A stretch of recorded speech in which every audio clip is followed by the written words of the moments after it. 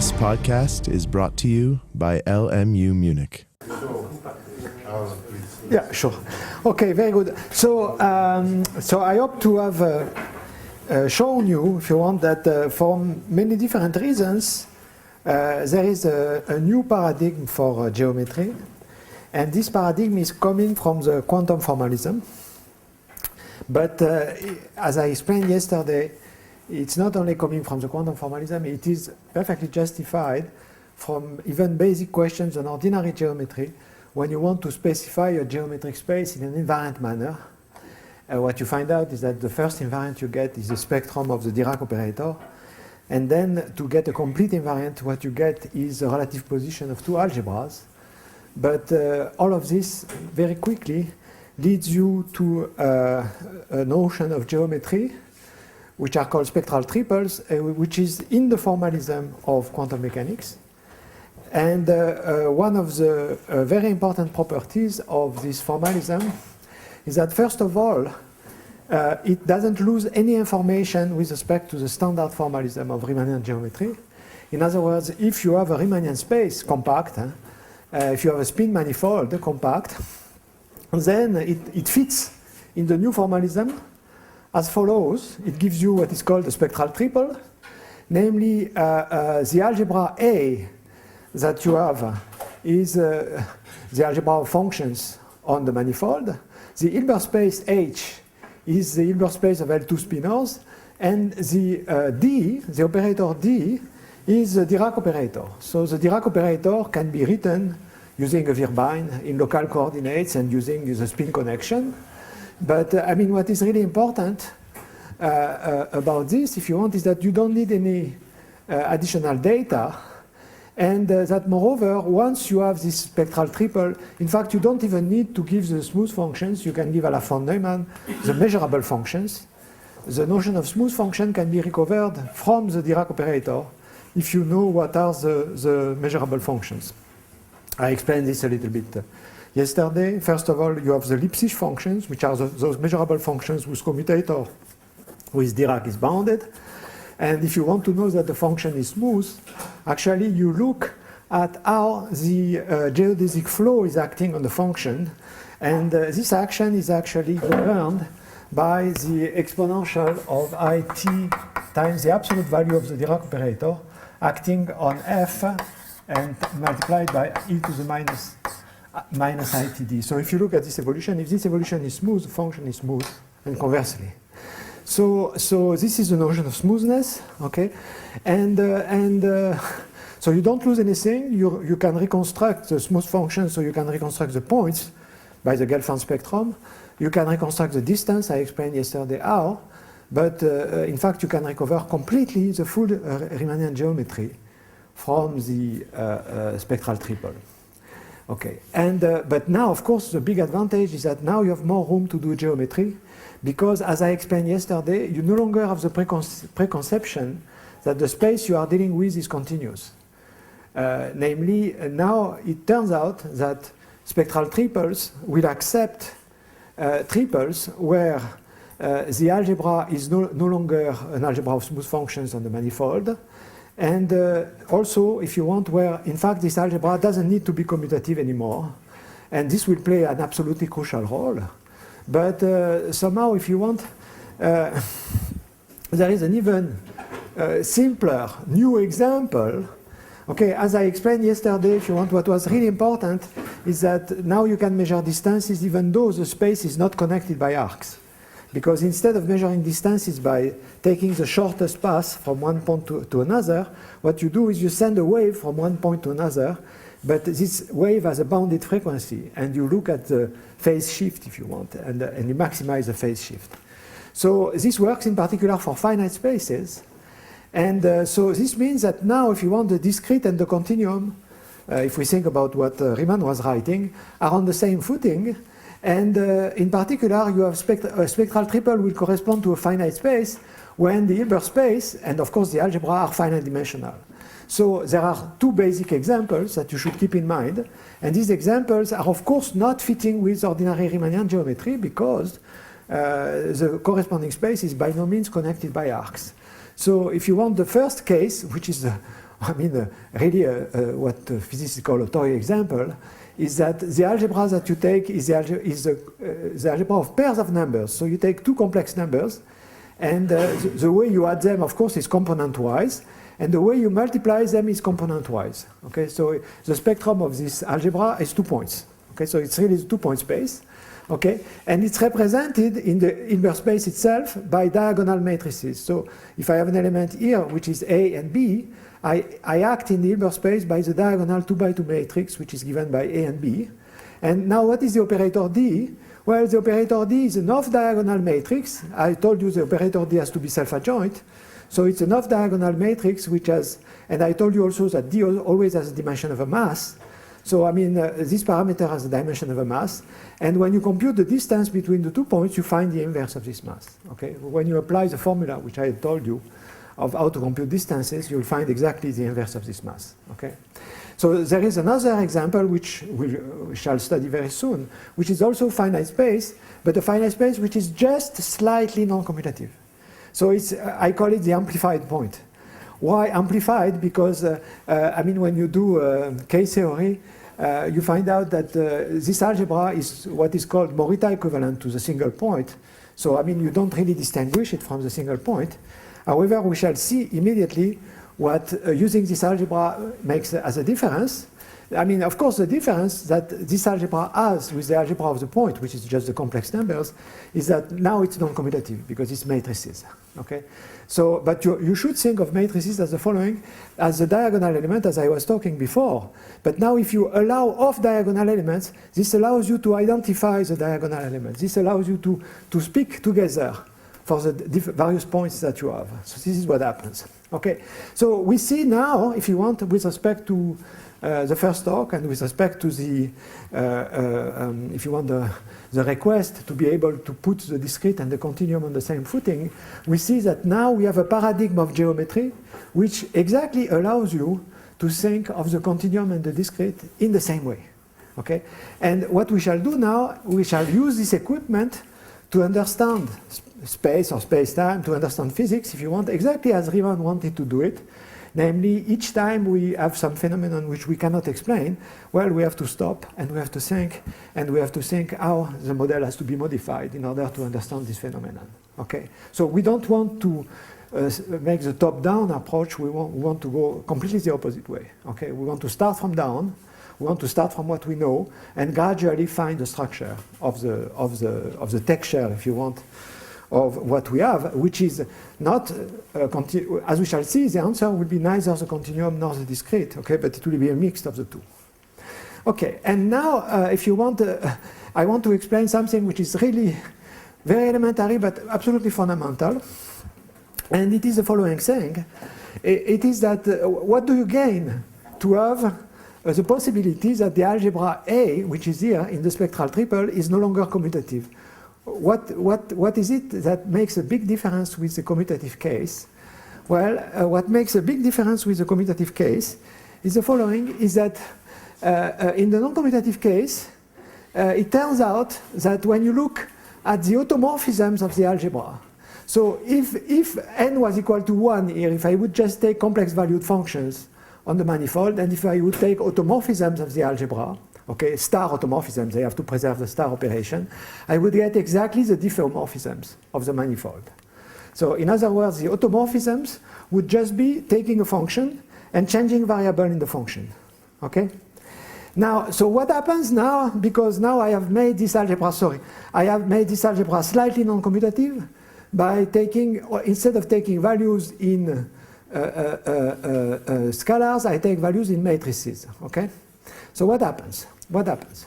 Well, what happens, of course, is that this algebra is no longer commutative because it inherits the slight non-commutativity from the matrices. Okay, so it's no longer commutative. It's no longer commutative. And because it's no longer commutative, it turns out that it inherits natural automorphisms, which are called inner automorphisms.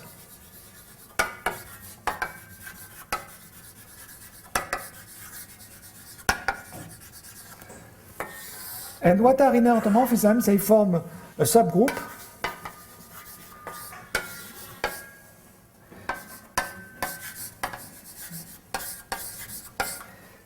And they are given by the following formula: x goes to ux u star.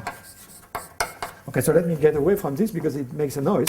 But so if you want, what happens, which is very striking, is that when you have a non-commutative algebra, it always has automorphisms, which are a consequence of the non-commutativity. You see, if the algebra were commutative, I could send the u star across the x, and then I would get the identity. But if the algebra is not commutative, this is not going to happen. Okay? So you will get a non-trivial subgroup of the group of automorphisms, but this subgroup has a very special property. In order to define it, I didn't have to break any symmetry. So it has to be a normal subgroup. You see, when you define a subgroup without having to make a choice or anything like that, then you find out that this subgroup is normal. Okay? So what you find out is something very strange. You find out that if a space is non-commutative, its group of diffeomorphisms, or if you want the group of automorphisms of the algebra, automatically has a normal subgroup which is canonical. Okay? Now, let's think about physics.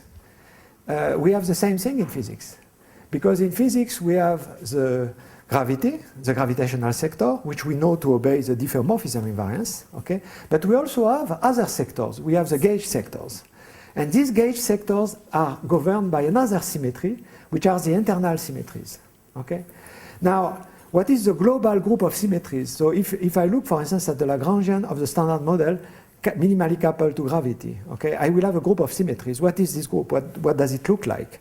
Well, this group is not just the group of diffeomorphisms, because you have the invariance under the gauge symmetries, the gauge transformations of second kind. So it's a mix of these two things. But this mix is not just the product of the two groups. Why? Because if I apply a diffeomorphism, I will reparameterize my gauge transformations. Okay? So if you want, a diffeomorphism doesn't commute with a gauge transformation. It reparameterizes the gauge transformations. And that's exactly the structure of a normal subgroup of the group, of the total group. Okay? So if you want, when you take the gauge transformations, what you have is you have the group of maps from the manifold to the small gauge group. This goes into the big symmetry group. This big symmetry group goes to diffeomorphisms, and you have an exact sequence. So if you want, you have an extension. You have an extension of this group by this group. Okay? Exactly if you want, as for instance, the Poincaré group is an extension of translation by the Lorentz group. So you have the same structure. Okay? So now you can see why the Kaluza-Klein idea cannot work.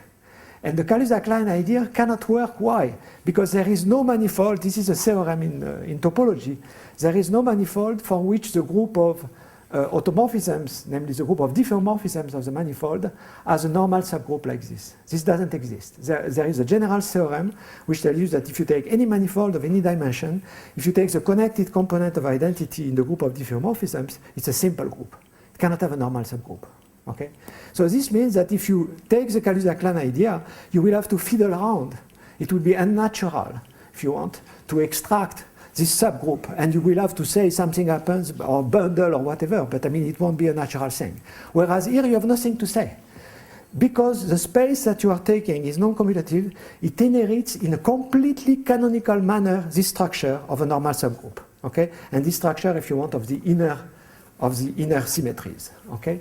So what we did a long time ago with Ali Shamseddin in our work, we showed that if one looks at the pure gravity embodied by what is called the spectral action on this space, or this space which is obtained by crossing, if you want, the ordinary space by the amplified point. So you take the amplified point n times, you cross the two spaces. So one space is the ordinary continuum. You view it as a spectral triple as the ordinary continuum. And then the other space that you take is the amplified point. You cross them together, okay? And you compute what is pure gravity. I will explain how we understand pure gravity spectrally, okay? So once you consider this product and you do pure gravity, what do you find? You don't find just the pure gravity on the space downstairs. No, this would be too bad. What you find out is that the theory is richer because of the non-commutativity. What you find is that because of the, if you want, the inner part of the metric, you find that there is a Yang-Mills field, Yang-Mills gauge potential which enters, which appears as the inner part of the metric. And when you compute the action, you find Einstein gravity minimally coupled with Yang-Mills theory. Okay? So I will tell you how we understand the Einstein action when we work spectrally, okay? And we shall see several questions, and these questions will be gradually attacked. Okay, but let me try to explain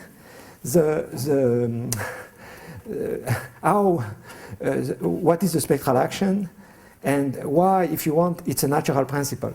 So you see, when you write down the Einstein action, okay, you have to write down the integral on the manifold of the scalar curvature times the volume element, and to integrate this, okay? And then you say, okay, fine, and now I will write a variational principle and I will obtain the Einstein equation in vacuum because you don't have sources, okay? Now, it would require, if I wanted to give you all the details about this, it would require a class that would last some time. And I mean, probably you know that I don't think I am mistaken to say that at some point I think Einstein even wrote a paper in which he said that, you know, the equation for gravity couldn't be diffeomorphism invariant, and the reason was the following: to show how subtle it was for him to find this stuff. I mean, I think the reason was the following: is that when you want to write an equation which is invariant under diffeomorphism, you are forced to only use the covariant differentials. And of course, since he thought as the G mu as being like the vector potential, he was trying to find derivatives of the vector potential and use these derivatives to write down the action. But unfortunately, when you compute the covariant differentials of the G mu, you find 0. So out of that, he had concluded, I mean, I'm not sure even he wrote paper, but that it was impossible to write equations that would be diffeomorphism invariant. So in fact, it's much more subtle, because what happens is that when you write the scalar curvature for the action, it's not a function of first derivatives which are invariant. It's an invariant of second degree, but doesn't come from invariance of first degree, if you want, given by first derivatives. Okay, so it's a complicated story. Now, the spectral action on the opposite of that is something which I can tell you in words, and it is the following. You see, the spectral action is like this. I mean, you have, what do you have? As I explained yesterday, the geometry specified by the line element. The line element is the inverse of the Dirac operator. So if I look at the line element, it has dimension of a length. If I look at the Dirac operator, it has dimension of a mass. Okay? Now, what is the spectral action? The spectral action is counting the number of eigenvalues of this operator which are less than a given quantity. Okay? So if I look at the Dirac operator, I will look at the number of eigenvalues of D which are less than, let us say, the Planck mass, because it has dimension of a mass. If I look at the line element, I will look at the number of eigenvalues of the line element which are bigger than the Planck length. Okay. Now, why the Planck length? Okay, because it's the only unit we have around. Okay, and then how do you do this computation? Well, it's a very, very complicated computation. Why? Because as I showed you yesterday when I was showing the eigenvalues, how they grow and so on, you can see that if you count the number of eigenvalues, it will have a behavior like this. It will start by the Hermann-Weyl term, which was giving a parabola when you were in dimension 2, okay? So it will start with this Hermann-Weyl term, but then it will have lower order terms. And there is a mathematical way, which is well known to physicists also, they are called the Seeley-de Witt coefficients, to compute these lower order terms. And what happens is that when you compute the lower order terms, okay, you find, the first term that you find is the Einstein action, okay? So it's the scalar curvature. And it happens that when you do it with the Dirac operator, not with the Laplace, when you do it with the Dirac operator, you find the correct sign for the Einstein action in Euclidean. Moreover, what we have done with my collaborator Shamseddin is we have computed it in the case of manifolds with boundary, and we have found that if we compute this in the case of manifold with boundaries, there is a correction term. This correction term turns out to be exactly the Hawking-Gibbons correction term which is required when you want to do a gravity for manifold with boundary. Okay, so this is what happens. This is what happens. And, but now we have a big, big bonus. the big bonus is that we can talk about the analog of the Einstein action in any non-commutative space. Doesn't need to be coming from an ordinary geometry, because the spectral action is defined just by looking at the line element. And conceptually, what does it mean? Conceptually, what it means is that probably it's a wrong idea to think that everything is infinite dimensional. It's probably a wrong idea to think that fermions, which have a mass which is 10 billion times the Planck mass, play a role.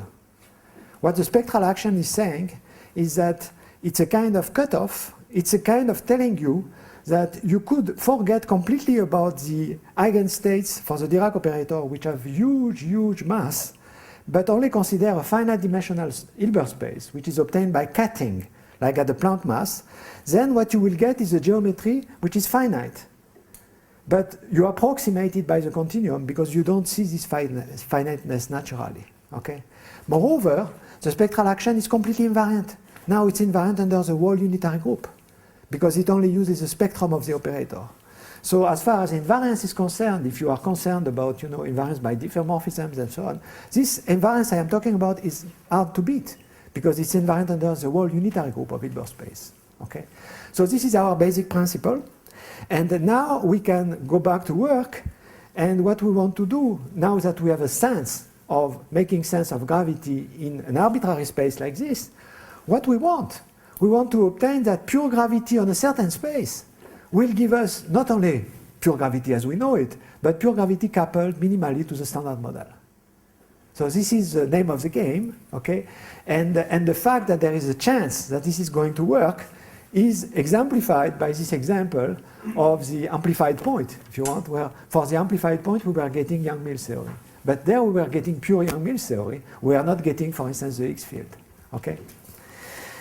Now, I must say that, this formalism for geometry, I started developing it at the beginning of the 80s, and I started developing it for pure mathematical reasons. I had no interest in comparing it with physics or anything like that. I mean, it was for pure mathematical reasons. I was interested in non-commutative spaces, and there was no way for a non-commutative space that you could take coordinates and start doing, the Jimmy New and all that. I mean, you had to have a different view. And as I will explain, I mean, there are roots of this view which are quite deep in topology. Okay, so I will explain that later. But where did I begin to be interested in the link with physics? By accident, because by accident I was looking at this two-point space. Sorry. Yes, I was looking at this example of the two-point space. Okay, and I was led for some strange reason to, if you want to look at the gravitational action on a space that would be the product of an ordinary space by this two-point space. Now, as somebody some piece of paper, I know that nowadays it's very difficult, but yes. Yeah, that's great. It's still possible, okay. So you see, what I found out was the following. What I found out is that if you take the product of, for instance, a two-dimensional space by a two-point space, one way that you can think of it is that like this piece of paper, but now you think that this piece of paper, it has two sides. So it has one side up and one side down, okay? Now, if you compute the gravitation, if you want, the metric in such a space, what you will find out is that you can differentiate things, functions above. That will give you a spin 1 field because it rotates like a rotation. You can differentiate functions down, which will give you another spin 1 field. But you can also take the finite difference of the value of the function up with the value down at the same point. Okay? And that will give you a field whose quality is what? It obviously has spin 0 because it doesn't turn. If I turn around my point, this field doesn't feel it at all. So it's spin 0. And my interest in all this topic was that when I computed the action for this field, I found exactly the Higgs coupling, and I found exactly the quartic term for the Higgs self-coupling, and together with the coupling of the Higgs with fermions by the Yukawa coupling. Okay, for instance, the matrix which I wrote down is the typical example of something that will give you the Yukawa coupling. So starting from there, I started to to imagine, if you want, that the complexity of the standard model, which is due to several things, is due to several gauge fields, okay, and it's due also to the fact that you have spontaneous symmetry breaking with the X field. So I began to think that it would be possible, perhaps, to be able to put this on entirely geometric footing, namely to slowly decipher, if you want, the geometry of the space that would actually tell you that pure gravity would deliver all this complexity. So if you want the name of the game, I don't know where it is. Where it is? Ooh, no, I don't know if I wrote it down. But the name of the game is the following. The name of the game will be that what we want to do, we want to understand the standard model coupled to gravity with all its detail. I mean, if you know the standard model, you know that it has very, very intricate details like the V minus A of Feynman and Gell-Mann, that it has neutrino mixing, it has many, many, many, many different features. And this is what we want to obtain. And we want to have a geometric understanding of all these features. Okay? So, in order to do that, it's quite important to be able to, if you want, to know what structure, exactly what structure there is in the spectral triple. So in what I was telling you here, okay, in the spectral triple, that actually corresponds to enough structure so that you would, in the commutative case, recover the spin manifold and all that. And it turns out, if you want, that it's very little additional structure. And it's a little additional structures that comes from the fact that you are dealing with spin. And the understanding of that is a mathematical understanding. This mathematical understanding is known as a theory which is called the KO homology. It's not necessary to put the light. So I will explain a little bit about that. Okay, it comes out, seems to come out automatically, okay. So, I mean, you see, I don't know if you know about K theory. I don't know, but what has happened over the years is very, very interesting. And this is what led me to this pure mathematical formulation of geometry. And what has happened over the years is the following, is that, first of all, so K theory was invented, you know, by Grothendieck, Atiyah, and I mean, what they did was to consider, if you want, what is called the K theory. And this is a cohomology theory. So it's one of the simplest cohomology theory in the sense that when you want to define it, this cohomology theory, you don't have to talk about complicated stuff. You just have to talk about vector bundles. So what you do is essentially, if you want, you talk about vector bundles, and then you shift dimension by one. So there are two theories. There is a K0, and there is a K1. Okay, and moreover, there is a periodicity, which is the great discovery of Raoul Bott, who discovered that if you want, the homotopy groups of unitary groups are periodic, but this has been generalized with parameters, and this is what gives rise to K theory. So there are two groups, K0 and K1, and so if you continue, you repeat K0, K1, and all that. Okay. Now, it turns out that this was a very nice theory, very well understood, but it became much more interesting when people began to study the dual theory, which is a homology theory. So by a general result, I think, I don't know if it's Steen or, but there is a general result which tells you that if you have a cohomology theory, you have a dual homology theory. But this dual homology theory was discovered first by Atiyah, motivated by the index theorem of Atiyah-Singer. So you see the index theorem of Atiyah-Singer, it turns out that they were able to formulate the setup of the index theorem abstractly by Hilbert space, because when you have an elliptic operator, you have an operator in Hilbert space.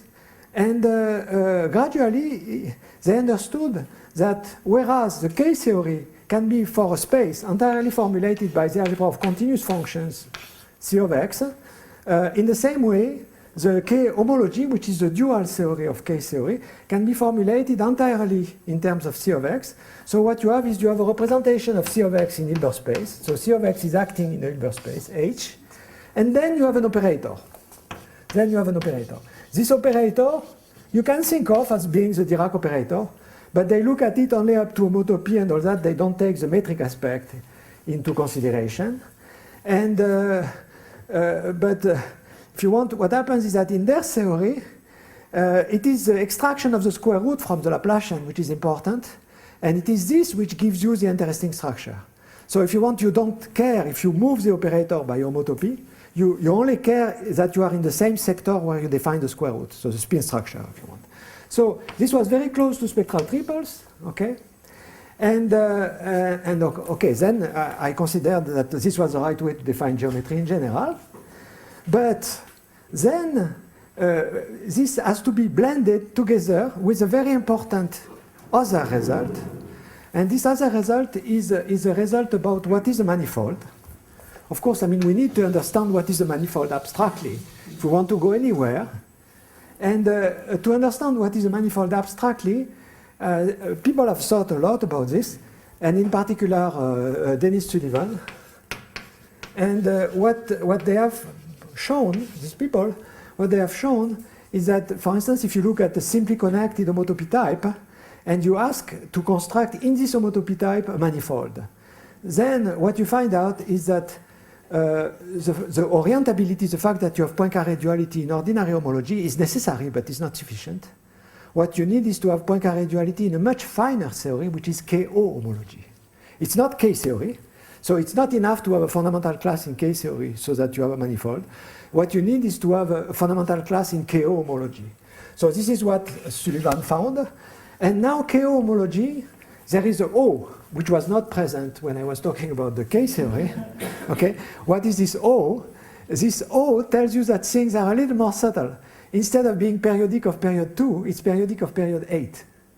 Okay, so there are 8 theories. Okay, okay, and these 8 theories, they are, if you want, depending on the dimension of the space, only modulo 8. Okay, and now I will show you what they mean abstractly when you take spectral triples in general. So these 8 theories will make sense generally for spectral triples, and they will allow you to know if you want the dimension modulo 8. Okay? So what is the additional structure when you pass from K theory, which is very much a spectral triple, to KO homology? Well, first of all, I should say that because there was a K0 and a K1, there is a difference between spaces which have even dimension and spaces which have odd dimension. This difference is simply that the Hilbert space should be Z2 graded when you have even dimension. Okay? So when the space is even dimensional, every physicist knows that there is a gamma 5 matrix, there is a chirality operator. So there is an additional structure which is completely natural, but which only exists in even dimension. Okay? So in even dimension, you have this chirality. So you have so even dimension means chirality, gamma, which is the chirality operator. Okay? And now, in general, of course, this gives you only 2 theories. It gives you even and odd, which is K0, K1. But now you want the KO. How do you get the KO? Okay? How do you get the KO? Well, the additional structure is also a structure which is well known to physicists. And this is the charge conjugation operator. Okay, so I mean, what happens if you want is that when you consider a spin manifold, you have an additional structure which is sort of God-given, which is the charge conjugation operator. But the properties of this charge conjugation operator can be abstractly written mathematically. And what they are the following. They are that the square of the charge conjugation is plus or minus 1. It commutes with the Dirac operator up to sign, and it commutes with the grading up to sign. So as a total, you have 3 plus or minus 1. If you make the total count, it means 8 different theories. Okay? So you have 8 different theories, and they correspond exactly to this value of the dimension modulo 8. And the way you can write the table gives you what happens for the dimension modulo 8, okay, and you get these 8 theories. Okay? All right. Okay, so this is where we stand. When you take, of course, the spectral triple of a Riemannian manifold of dimension n, it will correspond to n modulo 8 in this table. Okay? Now, what happens is the following. What happens is that as I said, you know, this operator J, it turns out that it's amazing because it's a confluence of 3 different ideas. there is the idea of J coming from physics. This is the charge conjugation operator. Okay? There is the idea of J coming from KO homology. This is what I was telling you at length here. Okay? That it comes from KO homology. But it turns out that this J is also related to the discovery of a great Japanese mathematician that I put his picture here because he died at age 91 in October this year. And I just want to give a tribute to him. So the key result of Tomita is, if you want, at the philosophical level, the fact that when you have an algebra of operators in Hilbert space, you can, in fact, provided a minor condition is fulfilled, which has to do with the existence of what is called a separating vector. He stated his result in the separating n-cyclic situation. You can somehow restore some commutativity in the sense that you can find a commutation between an arbitrary element of the algebra, A, and another arbitrary element of the algebra, but that you have moved by anti-unitary operator, J, so you conjugate, if you want, this B by the anti-unitary operator J, and then you restore commutativity. So this is, if you want, a kind of a weak form of commutativity, which is fulfilled and which will play an absolutely crucial role in what we have. In fact, what it says, if you want, is that automatically the Hilbert space becomes a bimodule. So it becomes equipped not only with an action of A on the left, but also like with an action of A on the right. And this is very, very important for the K-theory pairing, so that in some sense it allows you to bypass the problems created by the lack of commutativity of the algebra. And the fact, for instance, that you could hardly define the diagonal by a morphism. So this is bypassed thanks to this fundamental property of the J. So to recapitulate, we have these three different interpretations, or three different, roles of the operator J. On the one hand, the charge conjugation, on the other hand, the KO homology, and finally the Tomita operator J, which restores commutativity. Okay, so this structure, if you want, was gradually discovered, and it was gradually discovered because of the fact that whereas in the ordinary case, in the case of ordinary spin manifolds, you have somehow the KO dimension is imposed by the metric dimension, by, if you want, the dimension that comes from the growth of the eigenvalues. This, in turn, is no longer true when you pass to the non-commutative world. And when you pass to the non-commutative world, what has been discovered at the beginning of the years 2000 are many examples. I showed you before the example of the quantum sphere, where there is no longer, if you want, an obliged KO dimension from the metric dimension. So typically what happens, and this is clear in the case of the quantum sphere, the quantum 2 sphere, is that when you deform the ordinary sphere, it turns out that the KO dimension drops. And we saw it very clearly when I was describing the quantum sphere, that its spectrum was pretty much like a geometric series. So the metric dimension was smaller than epsilon for an epsilon, whereas the KO dimension is not changing when you deform, so it remains equal to 2 all the way. Now, what I will explain is that the general theory, of course, was confronted several times with reality, by reality, I mean, the results of experiments, I mean, with physics. And each time it forced us to refine our geometric point of view. And there were really two very important instances where this kind of what I would call interaction with experiment played a key role. And the first one occurred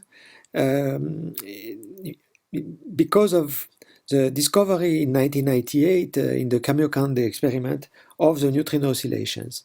So this first interplay, if you want, illustrates really the approach that we followed with Ali Shamseddin for many years. And this approach could be called a kind of bottom-up approach. Namely, it's not that we try to guess what should be the ultimate model. No, what we do, we take our paradigm of geometric spaces, and whenever something is discovered which doesn't fit with the actual idea, then okay, we have to reflect. And we have to adapt. But of course, this reflection and this adaptation is by no means trivial. And the first example I want to explain where this interplay happened, as I said, I mean, it began in 1998. And what happened was that it was impossible with the model we had devised with Ali Shamseddin in 1996. It was impossible to adapt to the neutrino oscillations. And it took many years to discover what was wrong, if you want, what was needed in order to adapt.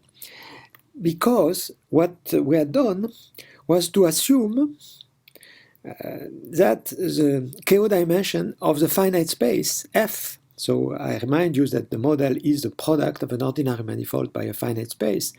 So we had assumed that the KO dimension of this finite space was actually 0. And it turned out that around 2006, for many different reasons, we started with Ali Shamseddin and Mathilde Marcoli, we started to try the possibility that the finite space would possibly have another KO dimension. And after a lot of work, of trial and error, and so on and so forth, what we found is indeed, if one takes the KO dimension to be, for the finite space, equal to 6 modulo 8, then what happens, of course, is that the total space, the product, will have a KO dimension equal to 2 modulo 8, okay? Then everything works fine. And the neutrino oscillations are there. But the great surprise, the surprise that was absolutely essential, was that not only we were getting, if you want, the right form for neutrino oscillations and so on and so forth, but for free we were getting the seesaw mechanism. And I must say that I was amazed because I didn't know the seesaw mechanism, and when computing, you find out that it is there and it doesn't have to be put by hand in any way, then okay, you begin to feel that you are on the right track. And it turned out also that incidentally, I mean, this choice for the KO dimension of the finite space also resolved a problem which was bothering, which was the problem of fermion doubling. And I mean, it can be easily understood how it solves this problem. It solves this problem because the KO dimension 2 for the total space, if you want, for the product of the manifold by the finite space, did allow to write down a Pfaffian. And this Pfaffian was exactly doing the right job. So somehow, this was the first interaction. So to summarize, if you want, what we have discovered so far is that if you start with an ordinary spin geometry of dimension n and take the product by f, okay, then in order to obtain something which is giving the standard model coupled to gravity, then of course you take the manifold to be of dimension 4, but somehow you have to take the finite space to be of KO dimension 6, and then everything works fine. And of course, we went further. We went further with Ali Shamseddin, and we went further in order to understand better the choice of the finite space. And in order to do that, what we did was to classify such spaces. So they are finite, so this means everything is finite dimensional. And we looked at those which were involving, of course, the Hilbert space representation. The Hilbert space is finite dimensional. You have the operator J, you have the algebra A, and you have certain commutation relations. We ignored the operator D because it was not important for this classification. And with Ali Shamseddin, what we found is that there were a relatively short list of possible spaces of KO dimension 6. And actually, the one that was fitting the best with the standard model was giving the following algebra, which is not simple. It's the sum of two simple algebras. One of them is the 2x2 matrices over quaternions. So the quaternions are here. H, if you want, H represents the quaternions. So the algebra that we found was finite dimensional, of course. It was the direct sum of 2x2 matrices over quaternions plus 4x4 matrices over complex numbers. The fact that the algebra is not just simple, if you want, like M4 of C and so on, that was coming from the KO dimension 6. So we did this classification with Ali Shamseddin. This algebra was among the few ones which were occurring first, but we had no uniqueness statement. And what we shall see, fortunately, is that in the recent work with Ali Shamseddin and Slava Mukhanov, we finally obtained, if you want, the real understanding of why this algebra was entering. So all these developments, as I said, were occurring around 2006. There were a number of papers. So, I mean, of course, the original paper was the paper with Shamseddin about the spectral action principle. And then a paper which appeared in 2007, but which was written in 2006, was the paper with Marcoli and Shamseddin, which is the paper where this problem of the neutrino mixing was resolved. Then, okay, with Shamseddin, we published two papers, and as you can see, I mean, the title of the second paper, reflects the fact that the original title that we had proposed to this review, Physical Review Letters, was actually not accepted by the people, and our original title that we had proposed was Address for the Beggar. And what was behind this title, which was not accepted, I mean, which was replaced by this ridiculous title, Conceptual Explanation for the Algebra in the Non-Commutative Approach to the Standard Model. The reason behind the title that we had proposed, which is Address for the Beggar, was another great mathematical physicist who disappeared last year in 2015, in July. And his name is Daniel Kassler. He was not only, a great mathematical physicist, he was also a great friend and a philosopher, if you want, a man with a lot of human qualities. And one of his metaphors, which he was using in order to talk about the Standard Model, you know that very well that many physicists consider that the Standard Model is a little bit like a chemistry. Of course, it's not the ultimate model, but the metaphor that Daniel Kassler was using was that the Standard Model is a Shakespearean prince disguised as a beggar, and that he has diamonds in his pocket. And of course, I mean, the meaning of this phrase is that somehow the amount of information which is contained in the very complicated formulas of the Standard Model, which involve, for instance, the V minus A mechanism, as I said, the seesaw mechanism, the Higgs mechanism, many other such devices, which if you don't understand them, you think that they are put by hand, but they are delivering a message, and this is what he had in mind. So this metaphor of Daniel is the reason why we had proposed this title, which unfortunately, as I said, was replaced by the ridiculously long title, Conceptual Explanation for the Algebra in the Non-Commutative Approach to the Standard Model. Okay, so there were several other papers which I want to quote because they will play a role later. I mean, especially the middle one with Shamseddin. I mean, non-commutative geometry as a framework for unification. I mean, this will, as we shall see in the second interplay with with reality, with the facts, the experimental facts, will play an important role. Okay, so where are we now? The beauty, if you want, now is the following, is that all of the ingredients of the standard model, such as, for instance, the CKM matrix, or the fermion mass matrix, or the gauge bosons, and so on, have now a geometric interpretation. When you look on the right column in this table, you will find, if you want, what is the meaning of these various ingredients of the standard model in geometric terms. And as I said, there are, when you do that, what you do is you consider the validity of the model at unification scale, and the general strategy is to run down the parameters using the renormalization group in order to see if there is a chance that this would fit with reality.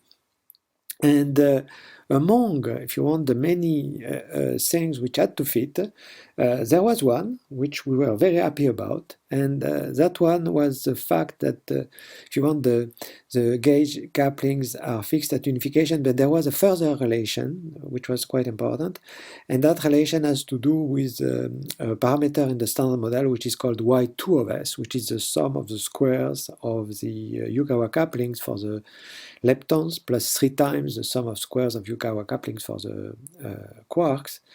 And it turned out that this was fixed, if you want, at unification. And when you run it down, you happily find that you get for the, if you want, for the Yukawa coupling of the top quark, you find something of the, which is very close to 1, which is fits very well with the experimental value. However, there was another thing that being fixed at unification you could run down, and this is the Higgs scattering parameter. So if you want the self-coupling of the Higgs, the h to the 4 coefficient, and it turned out that this created a big problem, of course. Why? Because independently of our construction, if you want, and independently of our interpretation, it turns out that many people had done this calculation, that somehow, if you want, the Higgs boson mass has to be of the order of 160, 170 GeV if the self-coupling of the Higgs is positive at unification, or order 1, if you want, positive at unification.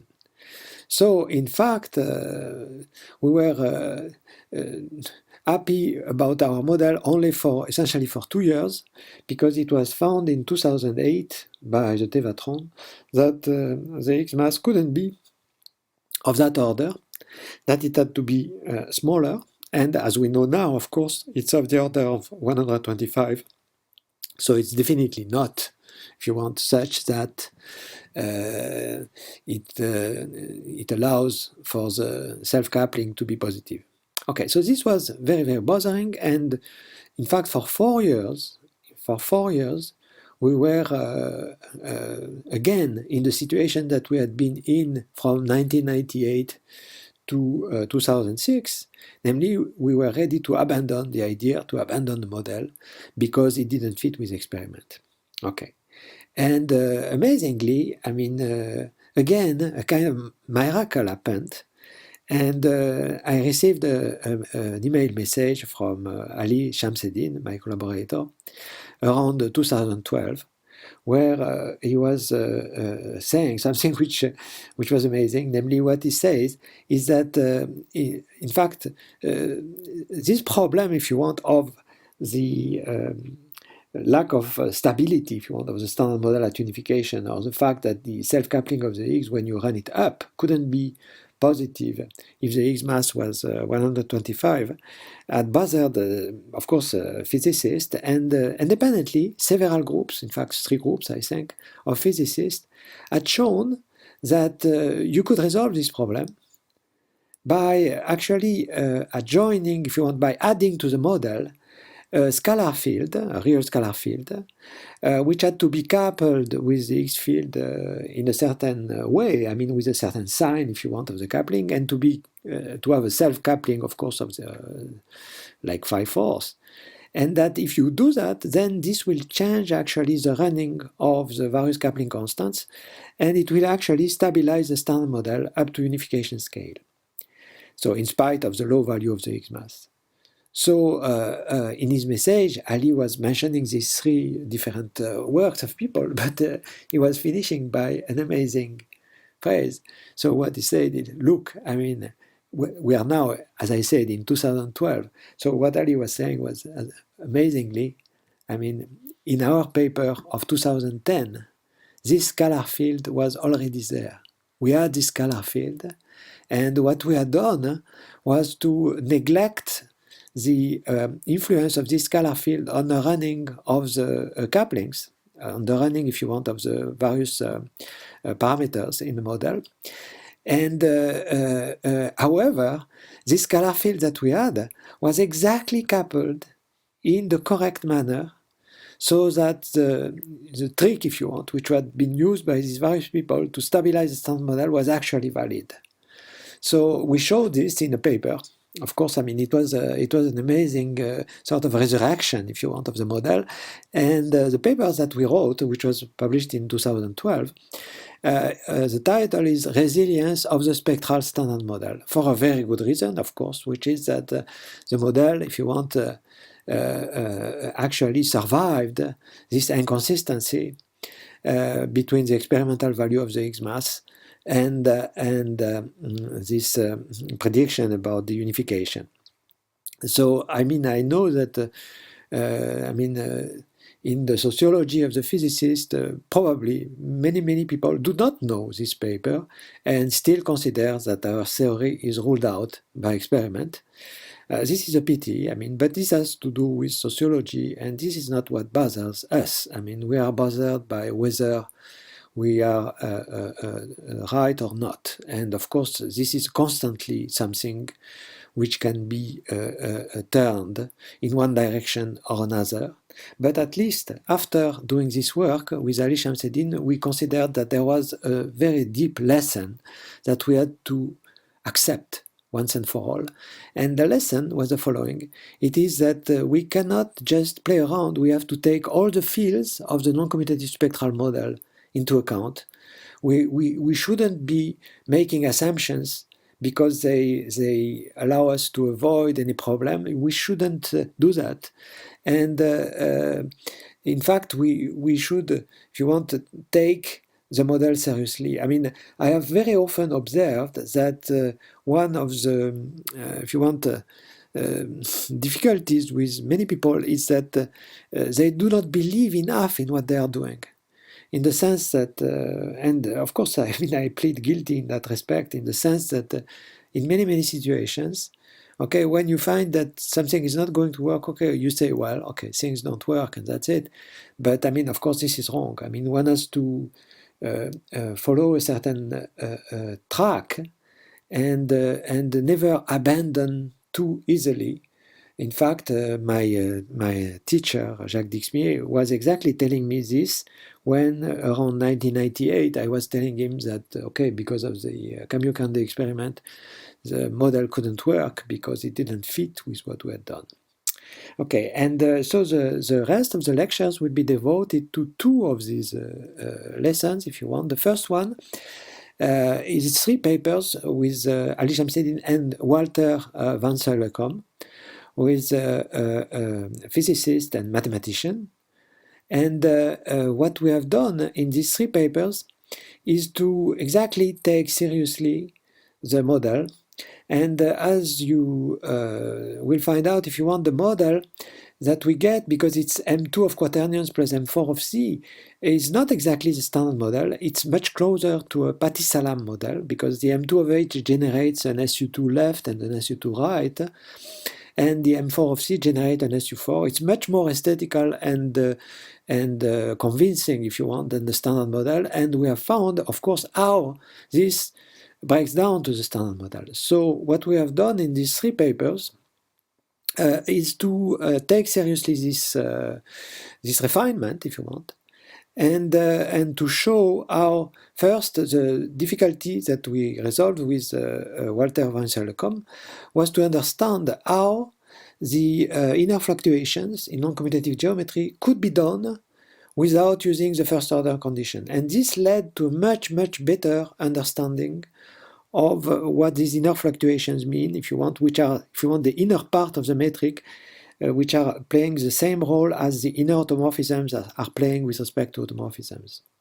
So I hope I will be able to say a little more about this in my last lecture. Then we wrote a more physics paper with the 3 of us to show how the Paty-Salam unification was emerging, okay.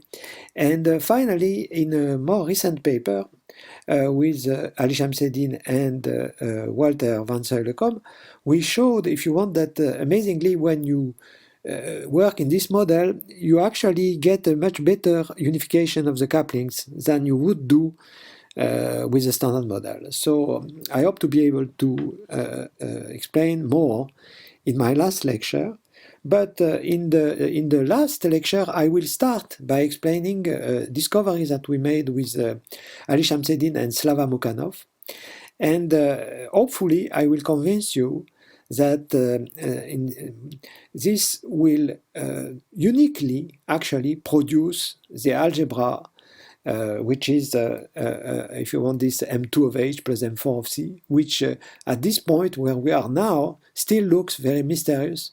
And it looks all the more mysterious because when you look at the real dimension of M2 of H and you compare it to the real dimension of M4 of C, you find that here you have dimension 16 because you have 4 quaternions, each of them has 4 real parameters, whereas here you find 32 because you have 4 by 4 matrices, so you have 16 times 2 parameters, because in each complex number there are 2 real parameters. So you see that the real dimensions of these 2 pieces are not the same, so it seems very, very hard to understand how such an algebra could occur completely canonically. And this is what we shall find out in the last lecture tomorrow, where I will explain the joint work with Shamseddin and Mukhanov. Okay, thank you.